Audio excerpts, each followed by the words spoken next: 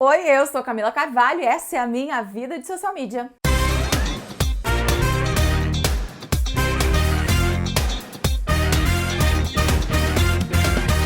Bom, eu tenho certeza que essa situação já aconteceu com você, no meio de uma conversa com os seus amigos ou então numa rodinha enquanto você estava desenvolvendo um trabalho, o celular de alguém ou de todo mundo emitiu um sinal sonoro. Imediatamente, como se fosse um instinto mais do que natural, o dono do celular parou de prestar atenção no que estava acontecendo ao redor para ver a tal notificação. Essa pessoa não só viu a notificação, como entrou na rede social e começou a dedicar alguns minutos ali dentro do celular até voltar para o planeta Terra. Se você já fez isso, eu não tô te julgando, porque eu já fiz também. E várias vezes, infinitas vezes.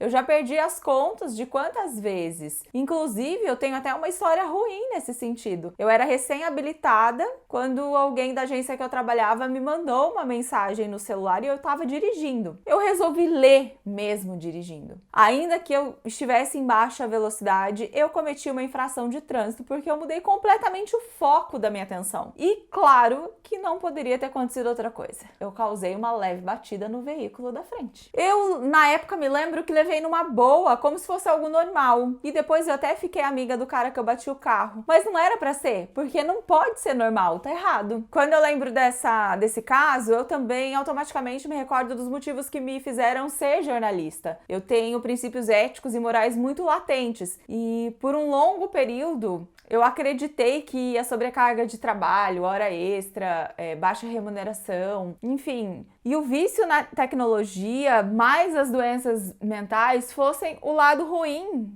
da minha profissão. Mas, afinal, todas as profissões têm um lado ruim, né? Mas o que de fato a gente pode mudar para mudar o nosso comportamento e refletir também numa mudança de comportamento da sociedade, moldando nossas ações para que não prejudiquem nem a nossa vida, nem a vida do outro. Então, atitudes como essa, de usar o celular no trânsito, não podem jamais serem normalizadas. Eu comecei a ler alguns livros que me fizeram questionar o meu papel profissional, né? O primeiro deles foi Celular Docilar, da Rosana Herman, que é a minha rainha do Twitter. Em um trecho, ela diz algo que foi muito impactante para mim. É algo assim, ela diz que a internet, que a verdade é que a internet e o celular, eles podem ser maravilhosamente ilimitados, mas nós não temos essa capacidade de ser ilimitados. Nós precisamos de limite, o ser humano precisa do limite de velocidade, precisa do limite da ingestão de alimentos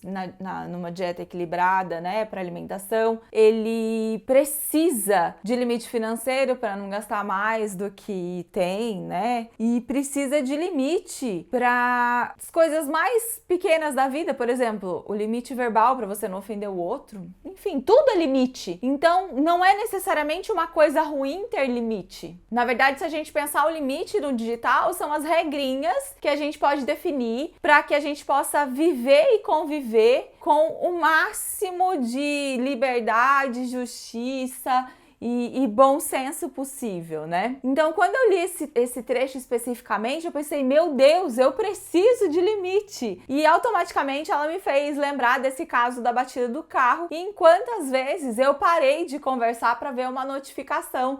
Já pensou se eu tô gravando esse vídeo aqui, de repente tá um ping aqui no celular e eu paro o vídeo pra ver a notificação e você fica aí no vácuo do outro lado. É isso que a gente faz o tempo inteiro. Então eu me lembro também que muitas vezes os meus amigos me repreendiam porque eu também postava stories dirigindo. Isso é errado! Na crise de ansiedade que eu tive por conta de mensagens no WhatsApp, que essas mensagens chegavam fora do expediente, fora de hora. Eu fiquei muito chocada como o barulhinho das notificações e o fato de ter as notificações na tela me causavam esse pânico, essa ansiedade e vontade de responder tão rapidamente. Então, na medida que eu comecei a observar o meu comportamento e aquilo que não me fazia bem, eu comecei a adquirir consciência. Eu faço questão de contar esses detalhes que poderiam ser pulados, até para não incentivar, e eu destaco que é errado, você não deve infringir leis e tudo mais. A gente precisa adquirir consciência e em um mundo em que as crianças estão ganhando celular cada vez mais cedo, é um caminho sem volta que comece por nós para que a gente possa ensinar para os menores do jeito certo de se fazer, né? Eu, ao menos, não recebi uma educação digital. né? Eu nasci na década de 90, 89, vai quase 90, e fui educada nos anos 2000, que era o ápice de tudo. Então, quando a gente oferece as ferramentas que ampliam o controle e que mostram para a tecnologia que quem manda na nossa vida é a gente começa a ter ações melhores e que refletem no nosso comportamento em sociedade. Não tem como negar, claro, que a tecnologia nos trouxe muitos benefícios, então eu me apego a isso para não jogar o meu smartphone pela janela, porque eu sei que existe o lado positivo, mas eu também preciso ter a consciência de entender que existe o lado negativo. E aí eu preciso tomar as minhas próprias decisões para não ser manipulada por um algoritmo que explora e monetiza a vulnerabilidade do meu psicológico. Faz sentido pra você? Como tudo na vida, as coisas não mudam assim do dia pra noite. É preciso ter regras, disciplina, força de vontade e o primeiro de tudo, reforço de novo e falo até entrar dentro da sua cabecinha, consciência. Eu entendo que as notificações fazem parte de uma estratégia das redes sociais ou de qualquer aplicativo do celular para nos avisar sobre acontecimentos que o algoritmo julga importante. Então, se uma pessoa te manda uma mensagem privada, se comenta na sua foto, se curtiu, se mudou o status de relacionamento, não importa o que for o motivo, o algoritmo sempre vai ter algum assunto para te trazer para dentro da tela. E quando a gente abre imediatamente essas notificações, o nosso cérebro recebe uma dose de dopamina que entende esse comportamento como uma recompensa satisfatória. Então ele vai induzir que a gente faça essa mesma atitude em repetição e em potencial larga escala. E a gente vai ficar repetindo isso porque é uma vulnerabilidade da nossa mente e a forma que a gente interage com o ambiente físico também, né? A tecnologia se apropriou disso, então ela usa do nosso cérebro para nos trazer para dentro dos aplicativos e para dentro das redes sociais.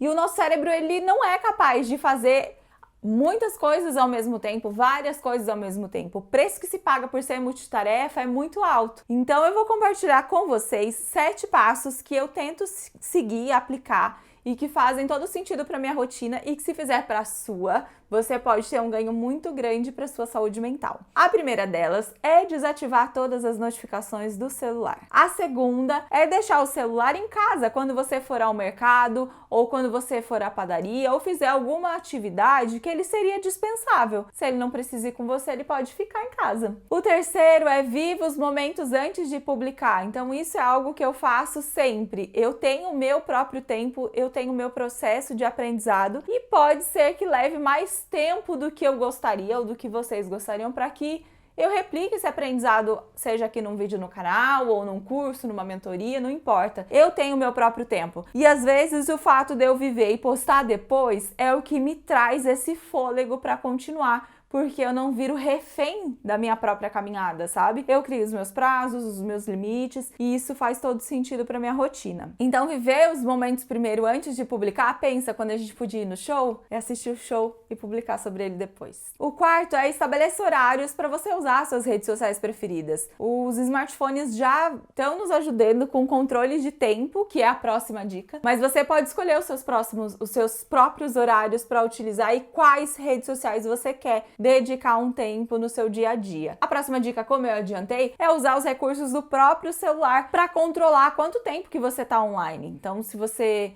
pode habilitar o seu celular para ficar 1, 2, 3, quantas horas você achar que você pode dedicar para ter essa atenção na rede social, e depois que deu esse limite de hora, você vai para sua próxima atividade. A sexta, você deve perder todo e qualquer contato com qualquer tipo de luz pelo menos 3 horas antes de dormir. Então eu sempre tento priorizar uma leitura, desligo a televisão, e eu sei que quando isso acontece eu vou demorar um tempo para dormir. Então é importante você entender quanto tempo você precisa para desligar tudo e dormir. 1 hora, 2 horas, 3 horas? O recomendável são 3 horas, mas aí você encaixa o que se encaixa melhor nessa rotina mesmo. E por último, não menos importante, começar o dia com banho, café, caminhada, qualquer coisa que não seja imediatamente checar as redes sociais. Claro que eu não moro com os meus pais, então a minha primeira coisa, quando eu acordo, eu dou uma olhadinha no celular para ver se tem alguma mensagem deles, alguma ligação deles, se tem algo importante. Se não tem, imediatamente meu celular fica de lado e eu só vou pegar o meu celular na hora que eu sentar para começar a trabalhar. Então eu já tomei café, já tomei banho, já fiz minhas atividades. Isso também é algo que rende e me traz um retorno positivo diante ao uso da tecnologia. Você não precisa seguir exatamente esses passos ou fazer como eu faço. É possível você encontrar a sua forma de impor limites, de dialogar com as pessoas que estão ao seu redor, até mesmo para que elas comecem a fazer o mesmo, porque são as nossas atitudes individuais que afetam a sociedade de forma geral e que também é muito poderoso para enviar um recado direto para essas empresas de tecnologia para afirmar que quem manda no seu tempo é você. Se você não é inscrito no canal, se inscreve aqui embaixo e não precisa ativar as notificações do sininho, combinado? Um beijo e até o próximo vídeo.